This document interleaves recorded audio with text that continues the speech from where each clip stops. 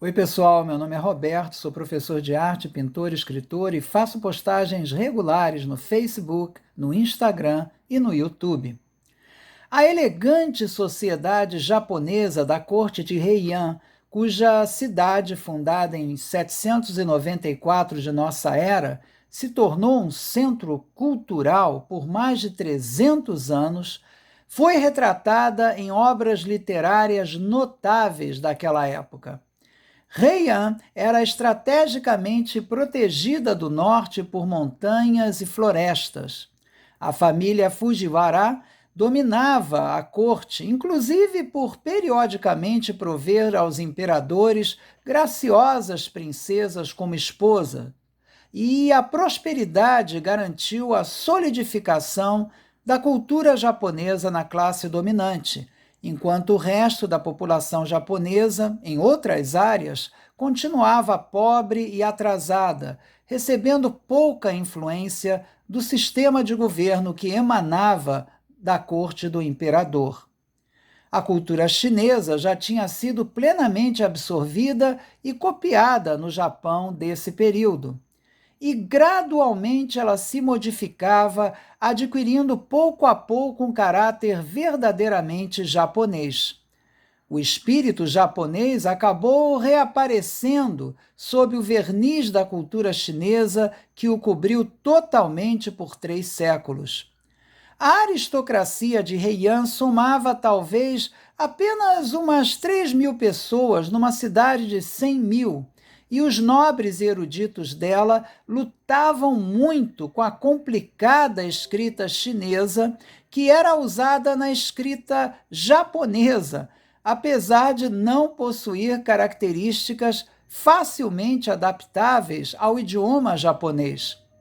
Porém, as damas da elite podiam escrever num sistema silábico muito mais adequado à língua japonesa. E, assim sendo, elas acabaram criando obras de grande valor.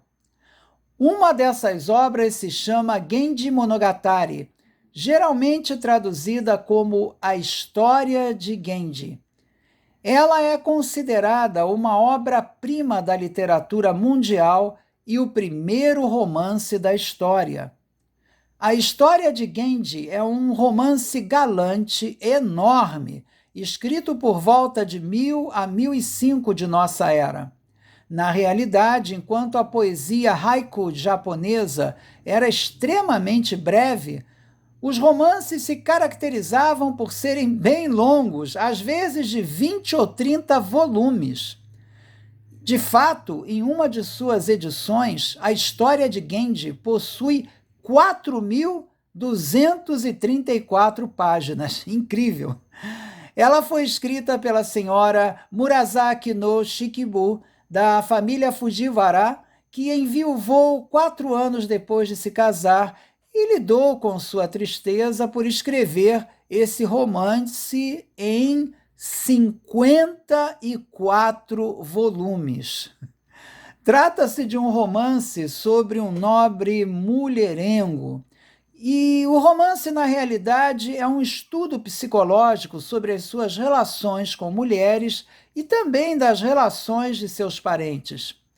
Visto que a história se refere à natureza passageira dos prazeres da vida, ela tem uma nota de tristeza.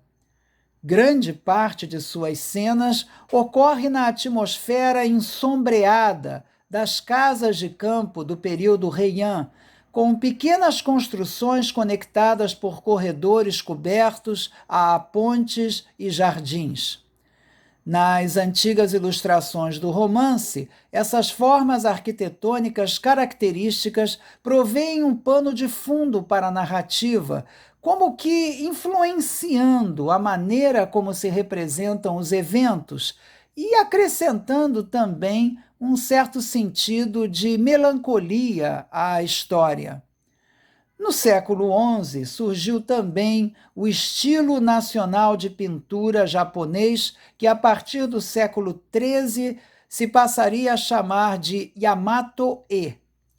Sobre o estilo artístico predominante na época, Na história de Genji, há referências de desprezo sobre pinturas de montanhas sobrepostas no estilo chinês, e se contrasta esse tipo de representação com as pinturas mais simples e horizontais de Kose Hirotaka, enaltecendo o estilo de Kose, um estilo mais japonês. Na realidade, havia um contraste entre os dois estilos, pois a visão japonesa era mais emocional que intelectual na representação da natureza. E essa visão, caracteristicamente japonesa, começou a se evidenciar na época em que se escreveu a história de Genji. As pinturas da história de Genji foram atribuídas ao pintor Takayuki. Nelas as composições são estáticas, mas o estilo Yamato-e, que estava começando, o estilo nacional, logo se tornaria bem dinâmico. Vemos nesse programa algumas das partes que sobreviveram dos rolos pintados com cenas da história de Genji. A ambientação das pinturas reproduz a estética do romance. As cenas são vistas de modo panorâmico e os interiores são visíveis por meio do recurso de não se representar os tetos. Muitas coisas são apenas sugeridas, tanto na narrativa do livro como nas pinturas, por estarem cuidadosamente envoltas em descrições de cores, aposentos, vestes esvoaçantes, enfim, tudo aquilo que prende a atenção, ao mesmo tempo mantendo a narrativa no mínimo necessário. As damas da corte nas pinturas são representadas com cabelo longo, caindo sobre os ombros, com as vestes se espalhando como se fossem flores. Há pouco movimento e pouca expressão facial. Assim como no romance, os personagens não têm uma personalidade enfatizada, tendendo a estarem escondidos sob uma máscara de descrição poética, os personagens nas pinturas são como se fossem rostos e mãos emergindo das vestes. O nariz é esquematizado por um traço, e os olhos são indicados apenas por traços oblíquos. As linhas em tinta nanquim são cobertas por cores brilhantes e opacas. O tratamento é delicado e suave, e muitos especialistas creem que a obra foi feita, na realidade, por pintores da corte trabalhando para uma clientela feminina.